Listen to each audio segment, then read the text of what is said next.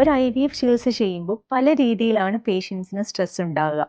അതിൽ ആദ്യത്തേത് financial stress ആണ്. ഫിനാൻഷ്യലി ബുദ്ധിമുട്ട് അനുഭവിക്കുന്നവർ പലതവണ അടയ്ക്കാവുന്ന രീതിയിലുള്ള സൗകര്യങ്ങളും നമ്മൾ ബ്ലിസ്സിൽ ചെയ്തു കൊടുക്കുന്നുണ്ട്.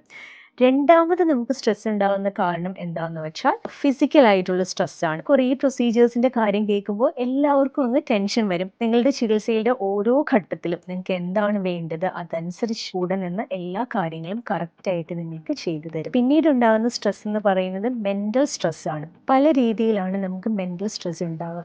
നമ്മുടെ സമൂഹത്തിൽ പലപ്പോഴും ഒരു തെറ്റിദ്ധാരണയുണ്ട്.